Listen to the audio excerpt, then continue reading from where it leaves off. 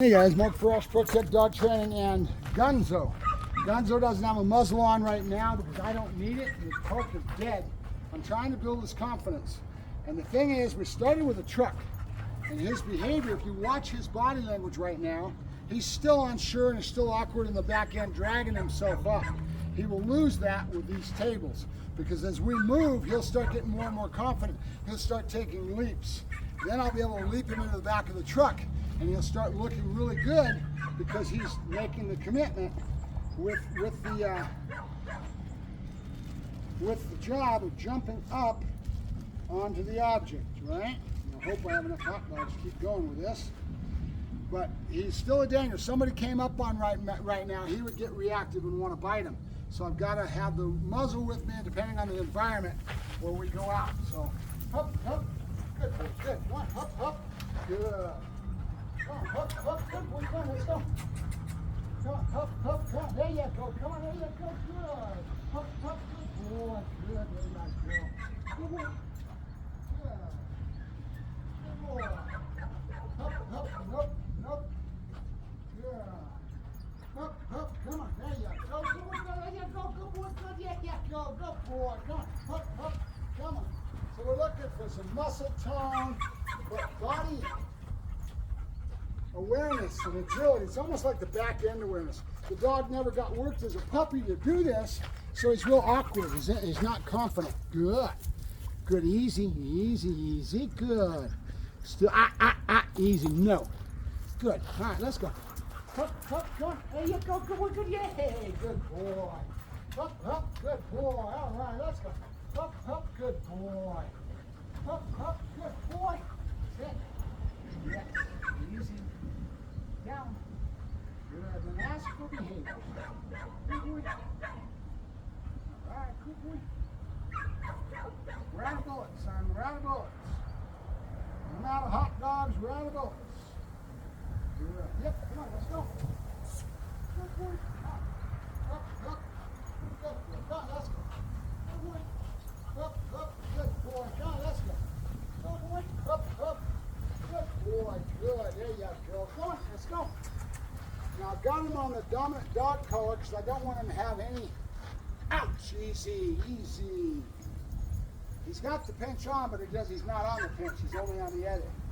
Good boy. And I basically evaluated my environment, made sure that we didn't have anything out here that I had to be worried about, because you wouldn't want someone to walk up on you with a dog like this because he will bite them.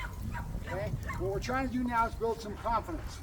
And what's going to happen here is it looks all awkward right now, but as we keep coming back to this every day and doing the same routine, going around the park, same way, up on the benches, up on the tables, he will start to get confidence, and pretty soon he'll be lunging up. It won't take long with a smart dog, a couple, 2-3 days, and he'll be jumping instead of climbing and dragging himself up, right?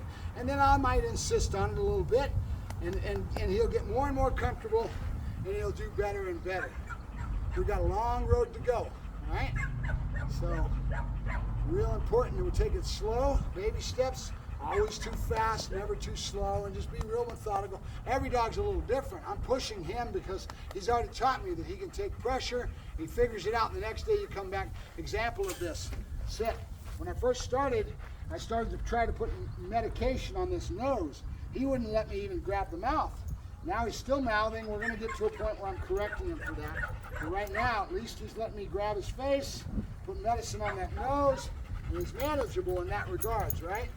What I had to do was wrap the nose so that I could put that on him in the beginning. And now he's already got it wired. Yep, good boy, good. And he's letting me manage him, right? I've got enough in there now. It's kind of the same thing with the nails. Dogs start growling at you, going crazy. You got to get a bowl of hot dogs and sit there and work him through it until he learns to have some positive. There's always a little bit of positive, a little bit of aversive, and it's a mix, it's a balance, right? But we have to have it with our relationship dynamic. There's something that says that I have to be the alpha wolf, that I've got to move through my environment, and I dictate the terms, and I'm not afraid of broaching these subjects with him as you go along, right? Every dog is different, and it's a matter of feeling and sensing it and knowing how much pressure or no pressure. But if you sit there forever and coddle a dog and take hot dogs, he'll be there forever. You want to go pay a purely positive person to take 6, 10 months to work your dog, I can get it done in nothing flat, and it's a character builder. It grows a little hair on their chest. I move through things. I get them to the other side. It's kind of like what you saw with Sean O'Shea working with that one dog with the slippery floors, right?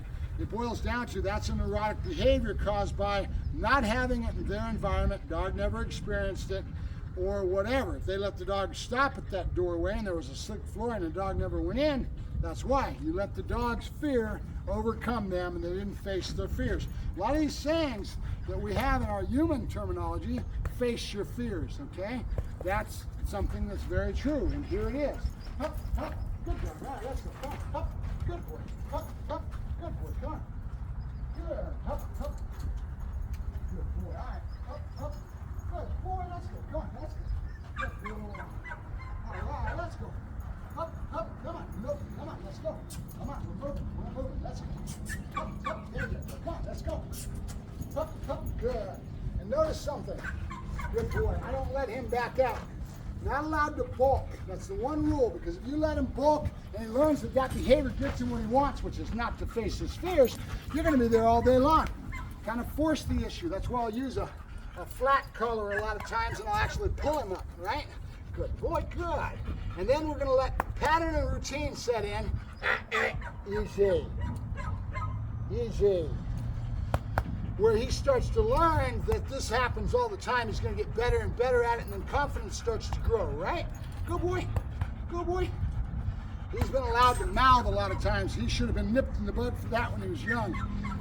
You let a puppy mouth you, that's a form of dominance, right? And when they get away with it, their paws, they're putting their paws on top of you. That kind of thing is going to have to be nipped as we go. Good. And for that, we go to the pinch for a nice little pop. Instead of taking the air out, because it's a relationship situation with me. Good. Good boy. Nope. Good. Good. Okay, so I'm telling him he's not allowed to do that, right? And we'll start building out on that. If he starts trying to mouth me, he's going to get a little pop. Good. Until he learns that I have rules. I don't care what it is that I'm trying to do to you. I have the right to do anything. Easy, no. There's the mouthing. See what he wants to do? He wants to, that's called protest behavior. It's not an outright bite, but he's protesting with his body, his mouth. He's trying to mouth me. He's trying to put paws on you. You have to start learning when you got that right spot in your relationship build, relationship dynamic. You need to start nipping that stuff, right? Slow but sure, making them realize what your rules are. I don't care what it is I'm doing to you. You're not allowed to protest. Good, that's my boy. Good, there you go. And I'll figure out the positive on the other side of it as we go along. All right, Mark Ferrasci, Protect Dog Training. Up, up. Good boy, come on, let's go. Good boy, good. Down, good. You stay. Good. Good. Nope. Good, there you go. Good boy, good boy. No good and yes. We got our negative marker, we're still working on it. But you saw how fast he responded to that, right? And all I'm trying to do is work my way back to the camera so I can turn it off.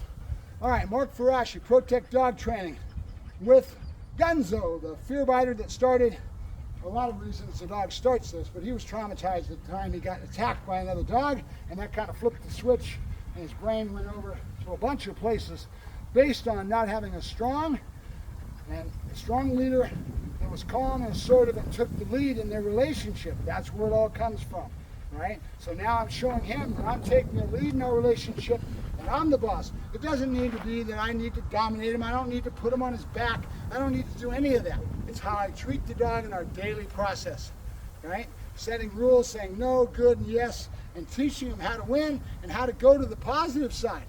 After a while, he'll be going to the positive side and he'll avoid the negative. Nope. Nope. Down. Hey, down. Good. That's my boy. Good, down, good. Good boy. Good boy, Gunzo. Good boy. Nope. Down. Good. That's my boy. Good. Now, a lot of the things I'm doing, I wouldn't do with a dog that I raised. Why? Because I'd have proper relationship dynamic. A lot of what I'm doing right now is to establish a proper relationship dynamic between him and me. Instead of using food, you see me using a little bit of reversive correction. There's a reason for that. Yep. Good. And I can't tell you other than every dog is different, and it comes from here. Comes from 30 years experience doing what I'm doing. All right, Mark Ferrasci, Protect Dog Training, signing off.